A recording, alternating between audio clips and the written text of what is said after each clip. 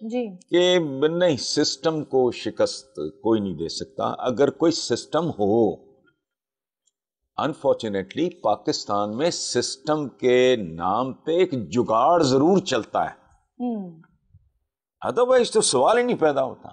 Steel مل بند ہوتی، railway کا بڑا بیڑا غرق ہوتا، پی آئی اے کا یہ حال ہوتا. کہ وہ کہہ رہے ہیں کہ وہ دھوکہ دے کر باہر چلے جائیں. نہ دیکھیں، بات سنیں، سسٹم جو ہے وہ آہنی زنجیروں کا جال ہوتا ہے.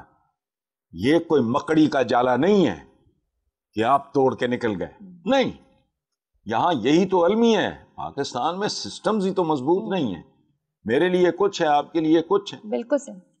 مہنگے وکیل کے لیے کچھ اور سسٹم ہے، چونکہ وہ مہنگا ہے اور وہ زیادہ چرب زبان ہے. جو آدمی بہتر وکیل ہی نہیں افورڈ کر سکتا، اس کے لیے سسٹم کیا بیچتا ہے. اس لیے چھوڑیں، قدم قدم پہ نہیں. سسٹم نہیں، سسٹم تو ہے ہی نہیں.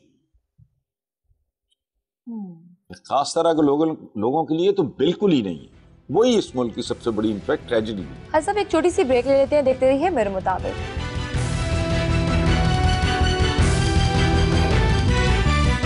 ویلکم بیک ٹو میرے مطابق. مولانا فضل الرحمان صاحب نے کہا ہے کہ ملک کے اصل وارث ہم ہیں، حکمران امریکہ کے ایجنٹ ہیں. مولانا فضل الرحمان اچھے قابل احترام آدمی ہیں. ان کو بات کرتے ہوئے تھوڑا سا سوچ لینا چاہیے. دیکھیں، یہ وہ کمیونٹی ہے مولانا فضل الرحمان صاحب کی، جن کے نہ حلیے عوام سے ملتے ہیں. حیرت انگیز بات، حیرت انگیز. نہ ان کے حلیے عوام سے ملتے ہیں، نہ ان کے حالات عوام سے ملتے ہیں. یہ وارث کیسے ہوگا؟ وارث تو عوام ہوتے ہیں. ہر بندہ آتا جاتا رہتا ہے، لوگ مرتے رہتے ہیں، بڑے جب بڑے لیڈر ہوں، قائد ہوں، کچھ ہوں. پرماننٹ ریالٹی کسی بھی ملک اور معاشرے میں صرف عوام ہی نہیں مرتے، چونکہ وہ مرنے کے ساتھ ساتھ پیدا بھی ہوتے رہتے ہیں. عوام سے ملک خالی نہیں ہوا.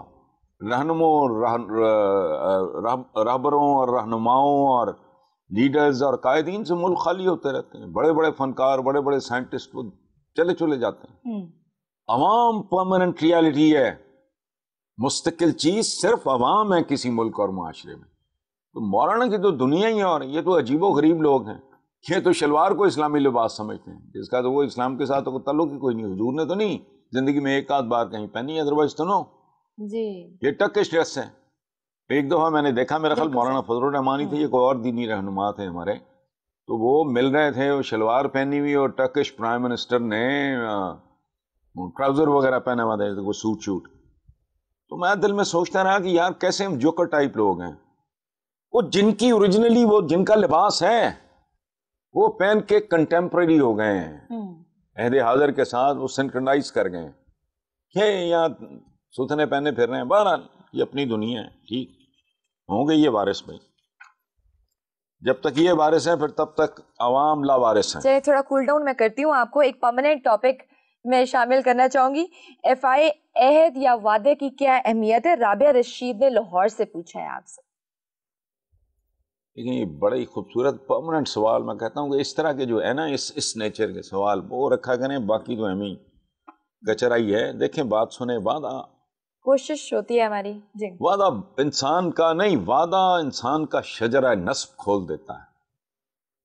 میں کسی سے کوئی وعدہ کرتا ہوں اور اگر میں پورا کرتا ہوں تو میرا شجرہ نصب بیان کر دے گا. اگر میں مکر جاتا ہوں یا وہ توڑ دیتا ہوں وہ بھی میرا شجرہ نصب بیان کر دے گا. کن کی اولاد ہے، کس کا دودھ پیا ہے، کس کا خون اس آدمی کی رگوں میں ہے.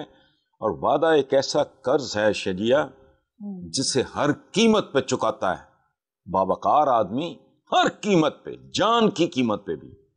یہ ایک ایسے قرض کی مانند ہے. ایک ڈچ پروورب ہے، in the land of promise. کیا بات ہے، in the land of promise a man may die of hunger. اب اس کا ترجمہ تو مجھ سے نہیں ہوتا. اچھا، مین may die of hunger. اور وعدوں کے بارے میں ہاں اور تیسری بڑی خوبصورت بات ہے کہ لمبے چوڑے وعدے، بلند بانگ دعوے اور وعدے جو ہیں، مثلاً روٹی کپڑا مکان، مثلاً شرافت کی سیاست جی یا تبدیلی، تو اچھا، یا جب کوئی لڑکا ایک ٹین ایج میں اپنی کسی دوست کو کہتا ہے میں تمہاری مانگ ستاروں سے بھر دوں گا، ان سے ڈرنا چاہیے، کیونکہ یہ بالکل بکواس اور جھوٹ کے علاوہ کچھ نہیں ہوتا. ایک خاص حد سے بڑا ہوا دعویٰ جو ہے نا، بالکل وہ پھر وہ دعویٰ ہی رہ جاتا ہے، وعدہ نہیں ہوتا. اچھا، اور ایک خوبصورت بات وعدے کے بارے میں یہ ہے کہ ایک ایسی شے ہے جو ٹوٹ جائے تو کبھی جڑتی نہیں، جی، یہ ریپیئر نہیں ہو سکتی، بس. اور کیا ہے، اور زندگی بھی وعدہ ہی ہے، بہت یہ اللہ کے ساتھ کیا گیا ایک اس کی امپورٹینس جاننا. بالکل بالکل ایسا ہی ہے، ورنہ تو آئے روز یہاں تو یہی دیکھا جاتا ہے، لوگ وعدے تو کر لیتے ہیں لیکن نبھاتے نہیں ہیں، بھول جاتے ہیں نبھانا بھی. جی بالکل. ٹھیک ہے، ایک چھوٹی سی بریک لے لیتے ہیں، دیکھتے رہیے میرے مطابق.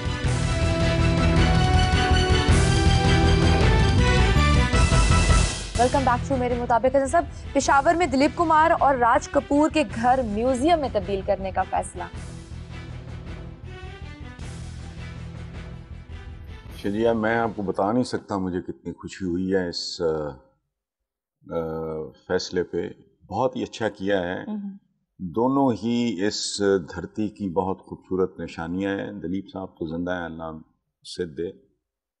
اور ایک بات میں آپ کو بتاؤں جو جنرلی شاید لوگوں کو نہیں اندازہ، کہ راج کپور صاحب اور دلیپ کمار صاحب دونوں بہت ہی قریبی دوست ہیں. اچھا.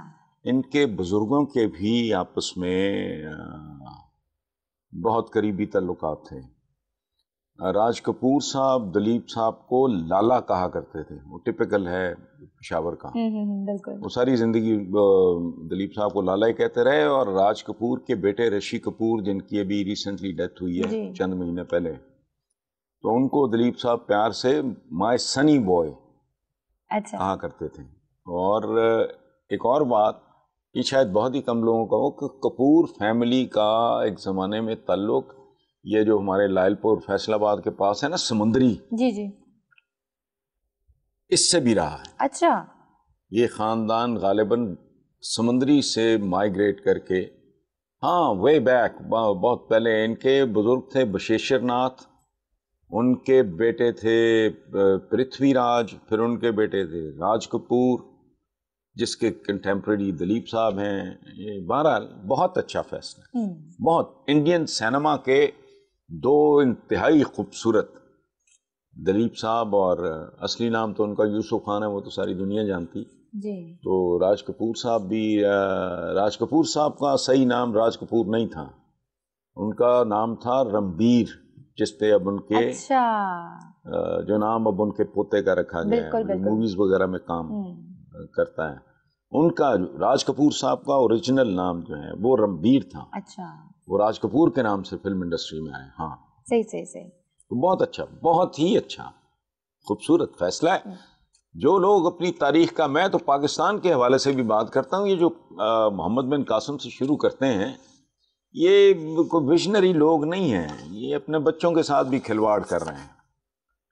یہ خطہ، یہ دھرتی، یہ سرزمین، اس کی تاریخ تو بہت پرانی ہے بھائی.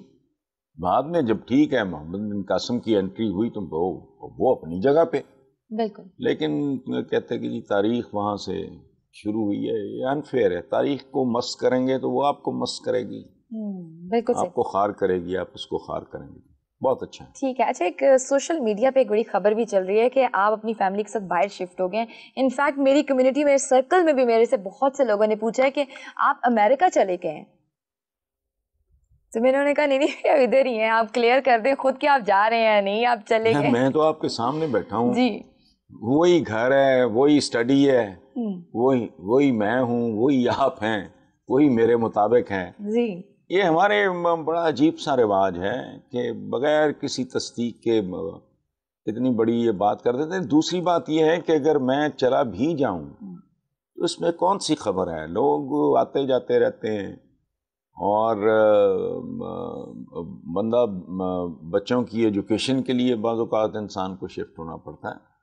لیکن بہرحال وہ تو بہت بات کی بات ہے. میں گیا شاید تو کوئی نہیں ہوں، مجھے بھی بتایا لوگوں نے، میں سوشل میڈیا دیکھتا نہیں، میں ہنستا رہا. میری ایک بہن نے انگلینڈ سے فون کیا ہے کہ آپ امریکہ جا رہے ہیں، ایک نے ڈیٹرائٹ سے امریکہ سے کال کیا ہے، یہ کیا سن رہے ہیں. تو